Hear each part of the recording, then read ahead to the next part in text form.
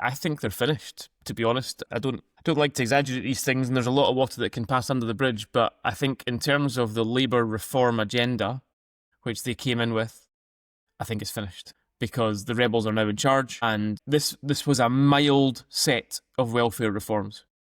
You could very well argue that the welfare reform required in this country, both from a social perspective, moral perspective, but also from a financial perspective, was much, much greater than what they were proposing, and they couldn't even get that through.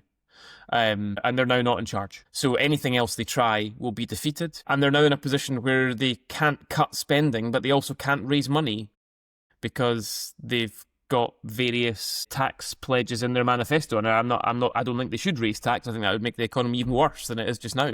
But they're just stuck. They have nowhere to go and they have nothing to do. And I think it has been a remarkable year. And frankly, if I was Starmer and Reeves, I'd be looking at the next 4 years with utter dread.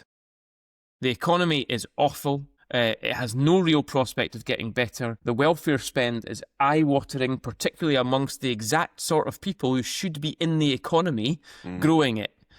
We're in a complete doom loop.